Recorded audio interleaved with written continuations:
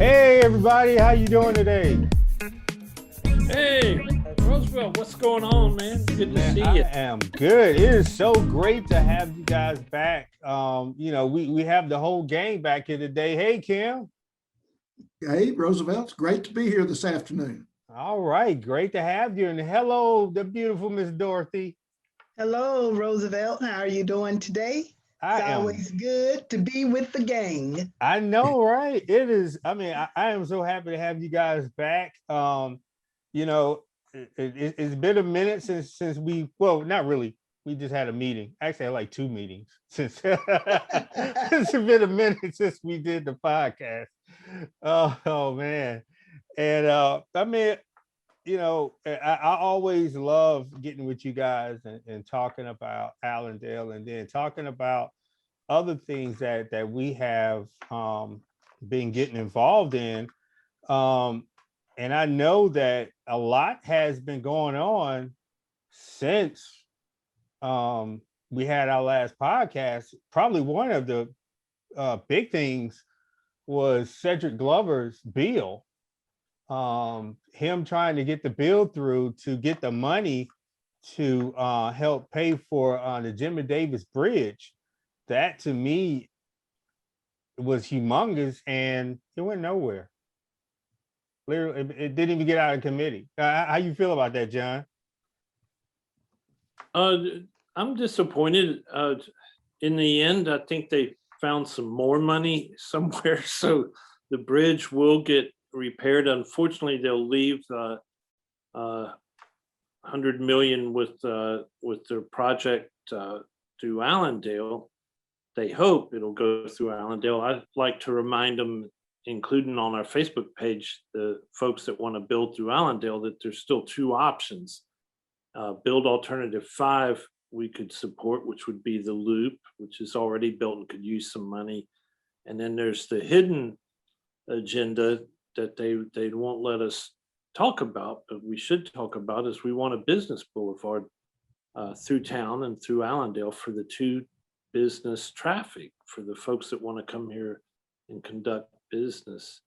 So it's a pretty typical Louisiana legislative session. Some things I really like, some things were like that were disappointing, that they couldn't correct a previous mistake from a year ago. But And one that was, I think Oh, things okay. go around like this, and then they'll get where we need them to be. Go ahead, Kim.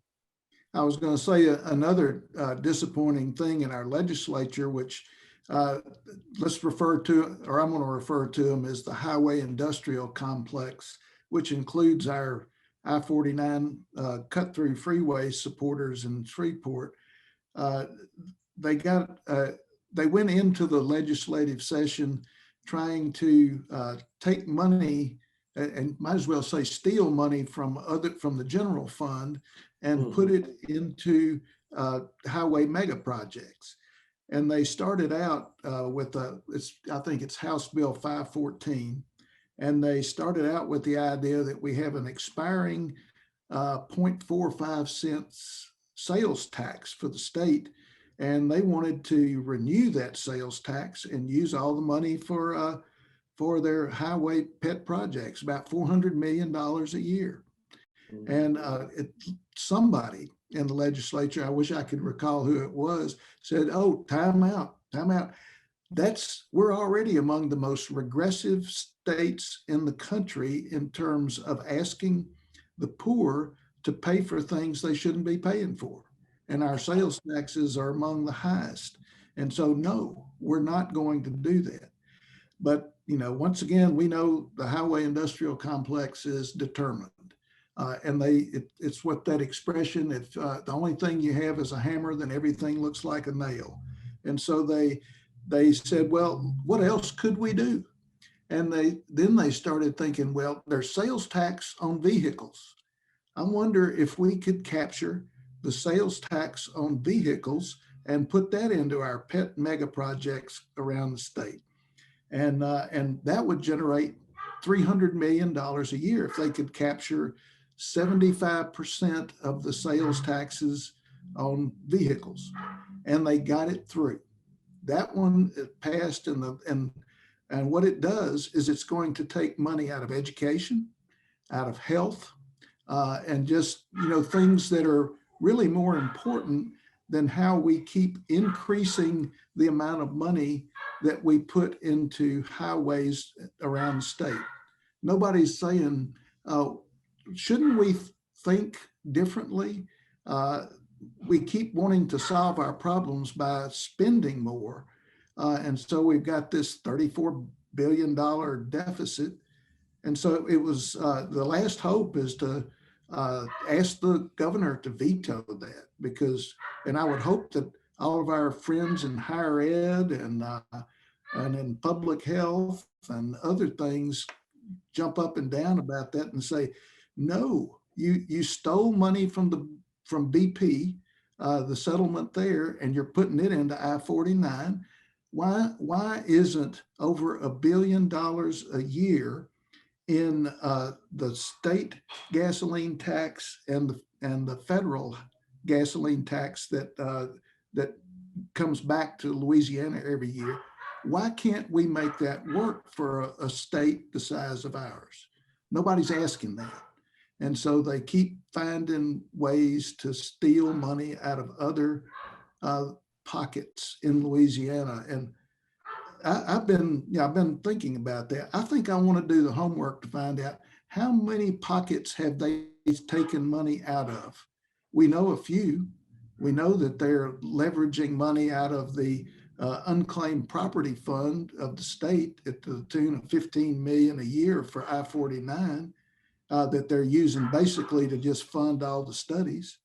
And so this is somehow we got from managing what we had to a deficit of 34 billion. And if anybody out there is as irritated by taking money that we should put to other purposes in Louisiana to build roads, then email the governor. That's what I found you can do, is go on his website and just email him, please veto HB 514.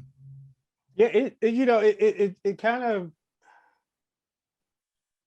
just listening to people, a lot of times you hear the frustration, and you hear that, you see and hear that they want something. They want just something, right? And they have been so I-49. And when I engage people on Facebook and on Instagram, a lot of times they just want something, right? They're like, I don't know a lot about all of this, right? I just want something to work. So, what I have been, and I know you guys probably seen it, what I have been coming back with them is using that trip report that said that Shreveporters are spending around $2,300 extra a year because of the bad roads we have here. Now, I broke it down to $1,300 because they said something about gas, right, and traffic.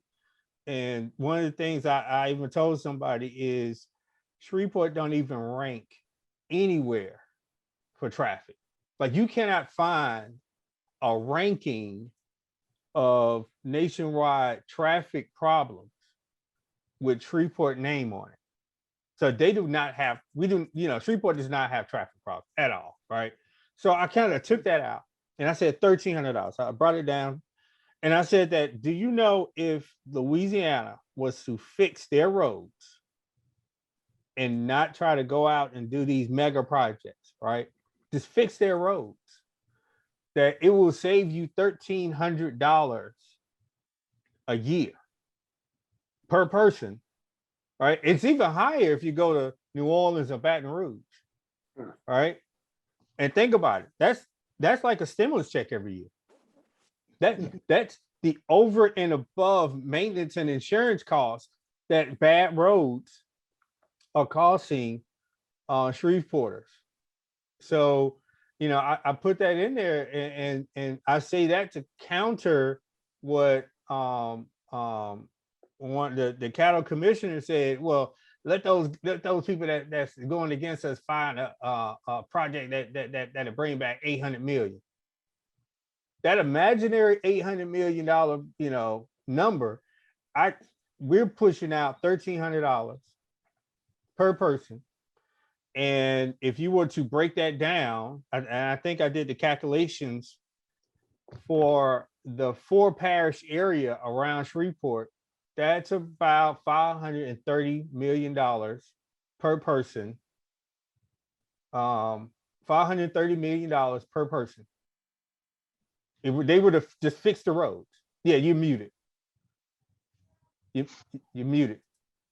There you go. It was my dog. I decided that you probably could hear my dog barking. But you mean that's the aggregate amount, not the per person amount, right? Yeah, aggregate amount. Yeah. Everybody's on with 530 million. But you know, that $1,300 off of your insurance and maintenance on your car. All right. I have a friend of mine, he owns a vehicle mobile cleaning service. And he was cleaning his car, and the guy said, you know, he was cleaning the car, and he was like, well, I can't do anything about the other stuff. You know, you got to talk to Louisiana DOT about that. All right. And it was his shocks, tires, and all these other things he had wrong with his car. And that simply is just not acceptable. Just to know that bad roads are the reason I'm paying extra for maintenance on my car, insurance on my car, right? I told this story. My kids, we drove to Orlando, right, for vacation. My kids were asking me the whole time, are we out of Georgia? Are we in Florida yet? Are we out of Georgia? Are we in Florida yet? And finally I said, yeah, you know, as soon as we pass it, you see that sign right there? Stop asking. We're in Florida, right? I came back. I remember I was in Louisiana. We stopped at Orlando's, right? We were heading back to go see my father and my brothers in Dallas. And we were driving on I-20 headed toward Texas. My kids, they love to ask, you know, we somewhere yet? Are we there yet? Are we there yet? We were driving, and as soon as we passed the Texas state line, my son says, oh, we must be in Texas because we stopped shaking. They didn't even have to ask. They knew we were out of Louisiana in Texas because the car stopped, you know, doing all of that. So that right there ought to tell you. And I read another article, and I'm gonna be quiet, let somebody else talk. We can go ahead and let you talk, Dorothy. You know, I read another article. Another woman said that. She said that every time she crosses the Louisiana-Arkansas state line, it's the same thing. Mm-hmm. How you feel about that, Dorothy? Well, you know what? I agree with what you're saying. Just how these roads are really, they're so raggedy, tearing up our vehicles. And I think if we would just focus on putting more money towards fixing our roads, that would fix a whole lot of things. You know what? And maybe more cars wouldn't have to be on the freeway, but they can be on the roads because now our roads are fixed. Even though some of our freeways, even on 20, I mean, you can see bumps and tears or holes in certain parts of the freeway itself. But for me, even today at the meeting, we need to start calling a thing what it is. So as far as his freeway is concerned, it is systemic racism. Why do you have to come through our Black community when you could just loop it? The loop is already there. What is the purpose of coming through a community when you already have everything already set up? You got 49 South, connect to 3132 to I-220, and going up to I-49 North. What is the real deal?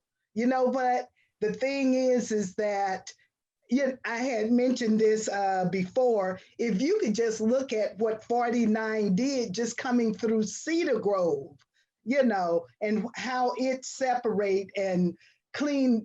I mean, just got the community just looking, it looks bad. It does. I mean, and just like I said, what you got there? You got a gas station there, you got a liquor store and a chicken shack. Okay. So if that is this what they think about us as Black people? Just go through the community and let's build this freeway and do what we want to do. I'm calling the thing what it is. It's systemic racism. It doesn't have to come through our community. And that's what it's doing. But again, back to even about this money with the Jimmy Davis Bridge.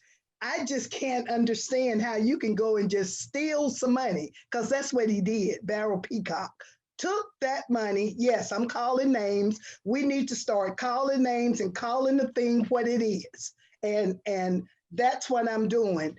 Took that money and moved it. And it's okay. Because if it wasn't okay, then something would have been done instead of trying to get some more money to accommodate for what that money was for. That's not right, because that money could have been used for something else. What is the problem that they're not charging him or making him put that money back? I don't understand that. If it was, I'm gonna say it, if it was a Black person doing it, they would have been locked up, going to court, going to jail. Why did he steal the money? Because that's what he did. He stole the money. He literally took that money to put towards this freeway. So that, it's disappointing. It's upsetting to me, because it just seems like, white or powers to be can just do what they want to do, and it's okay. But it's not okay.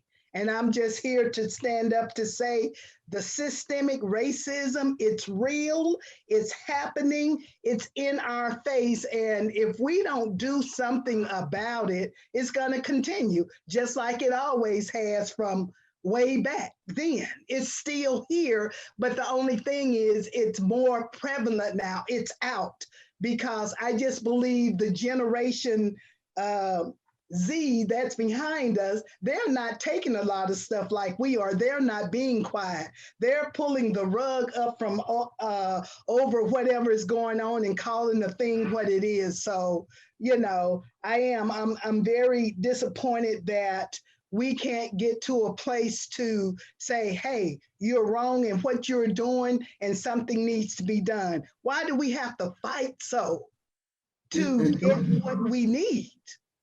Dorothy, I know you this week you had an opportunity, you and John, to address the African American Chamber, and I know it's frustrating for you that so many of the Shreveport African American leaders are supporting I-49, somehow believing that it's going to make things better, and not recognizing, somehow did they miss the news on the Tulsa massacre, and this part of that story is how resilient the African American community was to rebuild Black Wall Street, and right.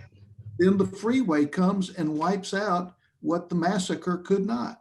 Absolutely. In the USA Today, I saw an article this week that was saying there are many more Black Wall Streets across the country that were done in by freeways. And they cited 3 in particular in Durham, North Carolina, Richmond, and Syracuse.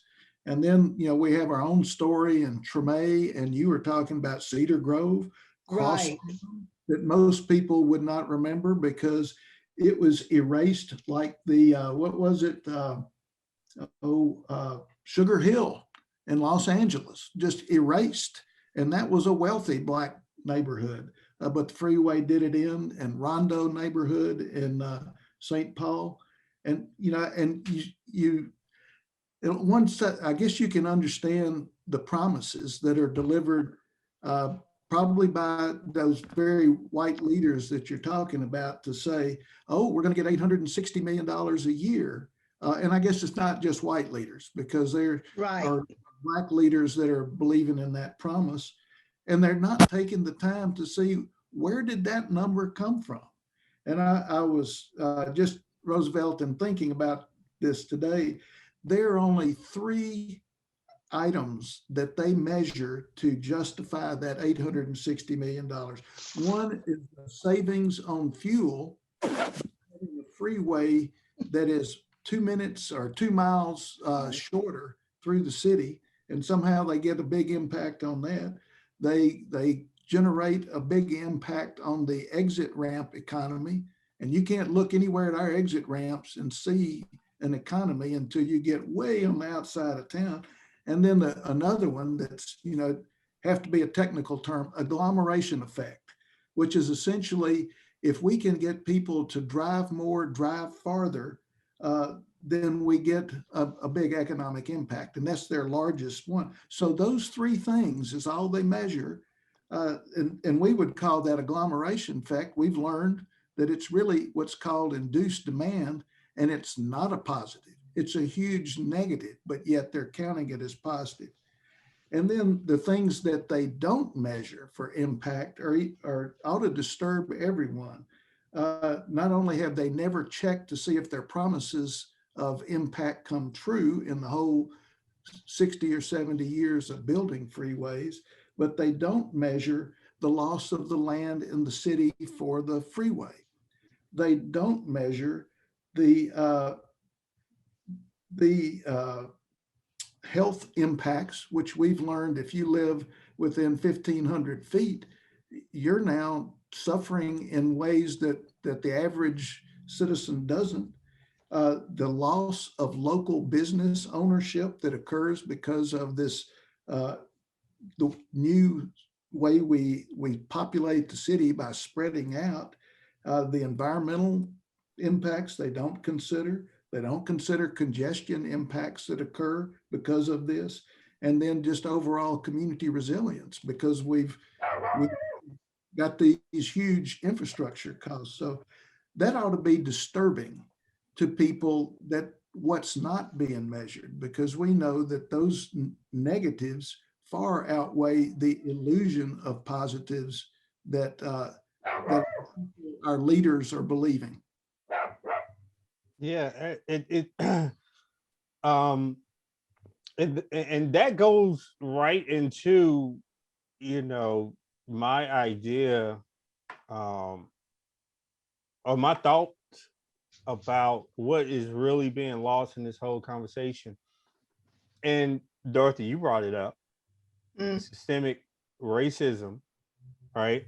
Right. The thought that, and me and John see this a lot in the Facebook post, how people talk about build the interstate so we can get around all that crime and this and that, right? And the systemic racism also that that we see picking on a neighborhood that they don't think can fight back, right?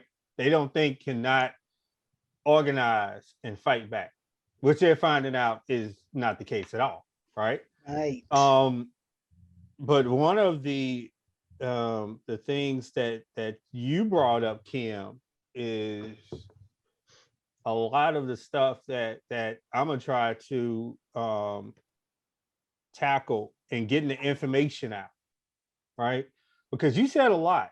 You just said a lot. You said how the different cities that have been affected. Mm-hmm. You said the health implications. And you also brought up the financial parts of it.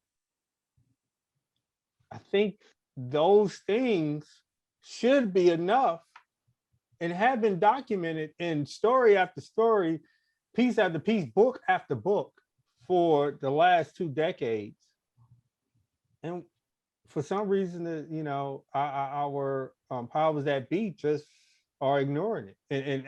And I just want to say this: the education system is not telling the full story on a lot of things. So we can't look for we can't look for a lot of people to know this. That's why Allendale Strong is here. Mhm. And Allendale Strong is a learning and doing community. Mhm. Right? Right. Okay. And you know what, Roosevelt, even as Allendale Strong is a learning and doing community, and even as we have put our names out there, I mean, some people just don't want to know the truth or to learn because I'm going to talk about our Black leaders who are in politics, who have their hand in the pot. They just don't want to know because, and even if they do know, because I know some people have attended our meetings and they know something about this freeway issue that we've been talking about, but because they got their hand in the pot of money, they don't want to pull their hand out. It's almost like this. Once you join a game, you're always in the game. It's hard to get out of the game. I mean, really, you almost got to educate yourself to come up out the game so that you'll be able to help somebody else come out or not become a part of.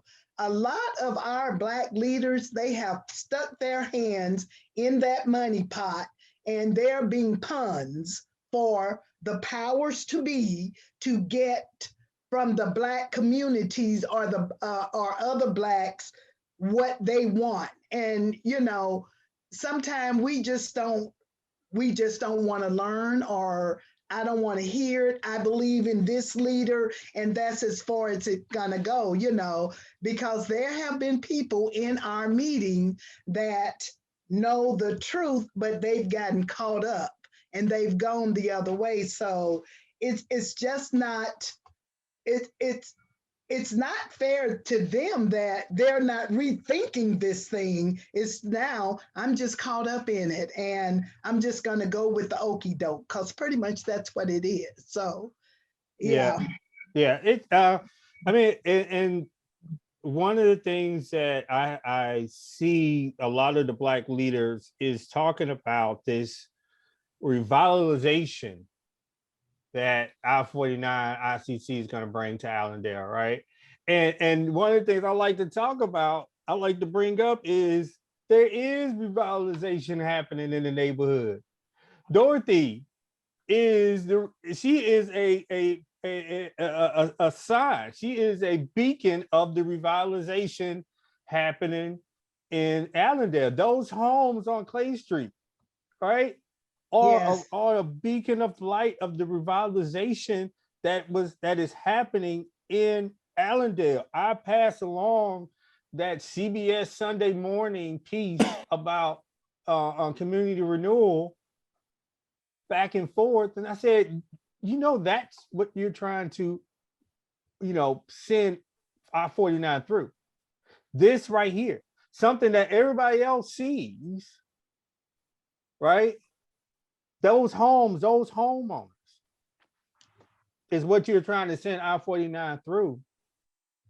You know what, Roosevelt? That's almost just like the Tulsa, what is called the Greenwood. It's Greenwood, the Greenwood neighborhood, Black Wall Right, Street. the Greenwood neighborhood. Okay, we know, or we know as we're speaking that Allendale was a thriving community when we came here. Mm-hmm. And the thing about it, once community renewal came in, we got friendship houses set up. When Fuller Center came in, they built homes over here for people who had come from Hurricane Katrina and for first-time homeowners here in Shreveport. So you're right, this is revitalization. We're revitalizing this community. We're no longer thriving, but we're striving. We also have started a food co-op organization. So there are things that are going on in the community that they're dismissing or they don't care. They want to come right on in and tear it back down after others have spent their monies to come in and rebuild what was torn down before by I-20. When I-20 came through, how it separated and divided and moved people out, even when the where I-49 stops right there at Murphy Street, when they tore down Jackson Heights. I went to a meeting earlier this week with Bonnie Moore. Call names, you guys, so we'll know who we're talking about. I went to a meeting earlier this week, and they had a great young people were there because they wanted to know, how do I get home ownership? The question asked was, who are they building those cheap, I'm gonna say it just like they said, who are they building those cheap apartments for right there on Caddo, across from, it's Caddo right behind the Millennium.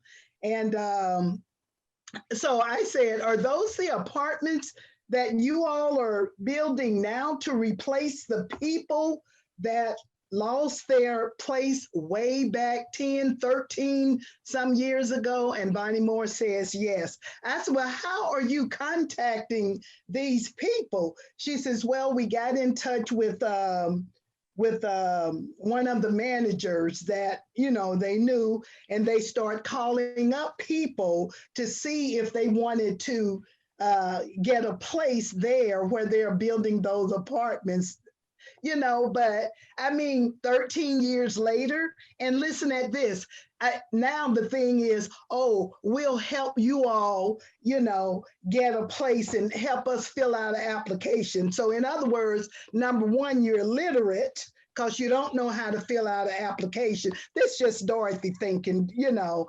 we'll help you fill out an application. And the ones who rent over there, you won't have to pay your rent for 6 months or whatever, you know. No, we don't need that kind of help.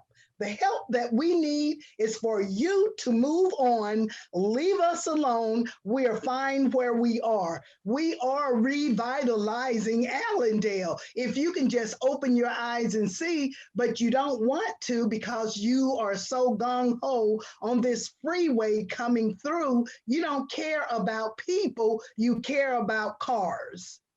And you know what? Sometimes I told him in the meeting, I said, maybe I got the wrong complexion for the protection. I don't know. I'm just saying, you know, and it's a shame, you know, that again, like I say, we constantly go through this all the time. It never stops. But I'm still fighting. Yeah. It's an interesting contrast that this housing project you're referring to, Dorothy, is a choice neighborhood project. Yes. $24 million. Wasn't done locally. It was done by a Houston developer. And then, of course, an architect friend had critiqued it and said, you know, this is just like Jackson Heights, except it's cheaper construction. Right. And there was a problem conceptually with Jackson Heights in that its concentration of people in poverty and, you know, not getting mixed income. And so just compare that to that approach, the heavy investment of government money through HUD versus what has happened in Allendale where Dorothy lives. So we've got essentially a federally subsidized initiative and a private nonprofit initiative. And so what is the difference? Millard Fuller came to town, after Katrina, and he said, I'm going to bring $5 million that we're going to put into Allendale.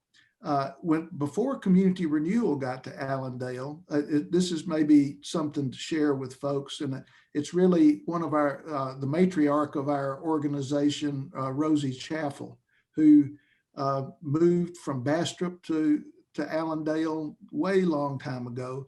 And she would say when she moved into Allendale, it was a great neighborhood, that everybody worked, everybody's kids went to school, and then something started happening. And I think there's always been the question of what did happen that put Allendale on the wrong direction? Well, most people hadn't studied enough to know I-20 is what happened to Allendale. And I've had that verified by the business owner of Herbie K's, same place where Herbie K's is. Boy, did the decline happen. And I asked the owner, when did it begin? Because I know you grew up here with family ownership, and said when I-20 was put in. But a lot of our leaders don't associate that decline with that. But Allendale was this great place. Rosie lived through the decline, the drugs, the prostitution. A lot of it was going down just on the corner from her home. And she was trying to stand up for the values that she knew that community to have.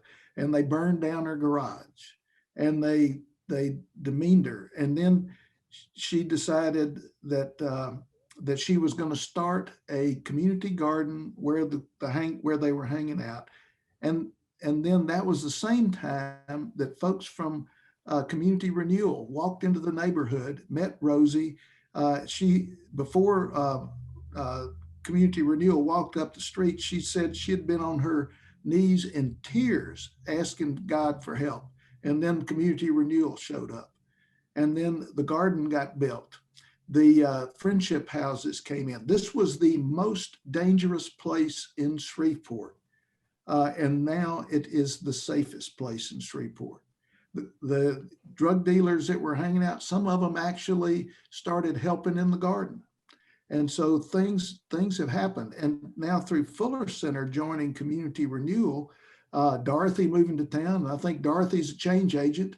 So she moved to town, and we now have over 50 new homeowners with no public subsidy other than all of the property that was derelict and taxes weren't paid.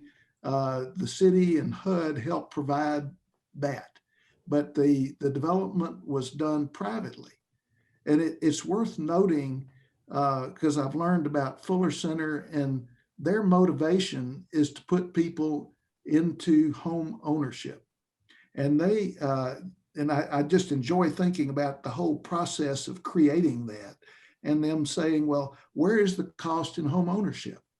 Well, one of the big costs in home ownership is the financing cost. So what do they do but say, we're going to create a zero interest loan program. And then, well, we got just the cost of construction. What can we do there? Well, I think we can enlist volunteers from around the country, and that people really want to help out. And so they did that. And they said, well, we still can do something else. What else can we do? Well, the people that we're going to put into home ownership, they could actually help a bit and put sweat equity into the cost of their home. And so here we have what I think of as a miracle on the hill in Allendale, where we have true community. And it was so cool because when Millard Fuller, the founder, came to town, he said, we've built 1 million homes around the world, but we've never built community. And he said, I've gone back to places where we built a bunch of homes. We've just got a new ghetto. And so for the first time anywhere in the world, that housing initiative that was so creative and so well motivated and inspired is now with an organization whose purpose is to strengthen community through relationships. Mm-hmm. And I got to tell you, I think Allendale Strong is evidence of it. You know, that here we've got people in Allendale who are not settling for what government tells them they're going to do and are standing up. And they've attracted people like me and John that are learning with them. I just think it's cool. Yeah, and you know what, Kim? First, I just want to thank you for acknowledging us as homeowners and not structures. I've heard that they have 50 structures over there. A structure? Really? I thought y'all tore the structure downtown. I'm a homeowner. I'm a real person. You know, I'm a human being, but I mean, you know, just little things like that catch my ear to let me know we don't care about you. We want this freeway to come through. We care about these cars coming through. But, you know, again, just like you say, how Miss Rosie was, I mean, prayed about that. And she even said that as the garden came, the drug dealers, I think she had some of them to help her with the garden.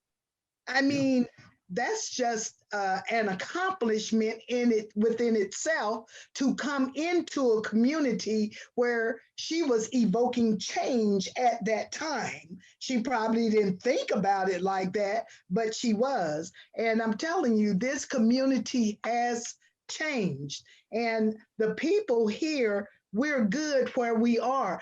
I don't hear anyone saying, I want to move or I want to leave. What they're doing is being thankful that, you know, we have a place. Because when we didn't have a place, especially for the evacuees and for Millard Fuller, you know, to come in and Fuller Center to do that, that was a blessing. And that's why I chose this place on the hill. I said, I want to be the light on the hill, you know, because I was grateful, thankful for what had been accomplished, because at that time, I didn't know what we were going to do. We were still thinking about, are we going back to New Orleans? Are we staying here? You know, but as we did come in, put in sweat equity hours, we start meeting people and building up and community. We had a common unity because each one of us needed something from each other. We needed to be in this community, and I'm telling you, it's evolving. It's good. We're okay here. We're fine. Tell those freeway people to leave us alone. We don't need to fill out any applications. We're not going anywhere. And this is the one thing I get a little tickled about when I hear Roy Burrell says we're shovel ready. I said, well, go on and dig. If you're shovel ready, what are you waiting on? If you're shovel ready, go and put it to the ground. But you know what? They have a fight on their hands with Allendale Strong, because we have become a learning and doing community. When we go before the council or whomever, we put that out, and you know, it's like, okay, we're not dealing with just anyone just sitting back and not learning or knowing what they're talking about. These people know what they're talking about, and they're being put through the test. What is that legislator? It's kind of a famous quote, but he said, you're entitled to your opinion, but you're not entitled to your facts. The facts are the facts. And so there's a lot of opinions. I thought it might be interesting just for people to know that, you know, we built I-49, or the state, and built I-49 from I-220 on the north side of Shreveport, 34 miles to the Arkansas border. It took about 36 years to do that. They took a lot of different pockets of money to get it done. Cedric Glover informed us that the state and the local governments, which the local governments tend to look at the state to provide their share, but state provided about 60% of the cost. The feds only about 40%, which goes against what everybody thinks, that when we started freeways, the federal government paid 90%, the local paid 10%. So the cost over those 34 years to build that stretch, 34 miles, $680 million. About 120 million of that went into that kind of rinky-dink looking interchange that took a number of years to build to connect I-220. And so what we're talking about is building 3.5 miles. The cost keeps going up. It's currently 700 million, but the Secretary, Sean Wilson, said by the time it could be funded, it's going to be $1 billion project.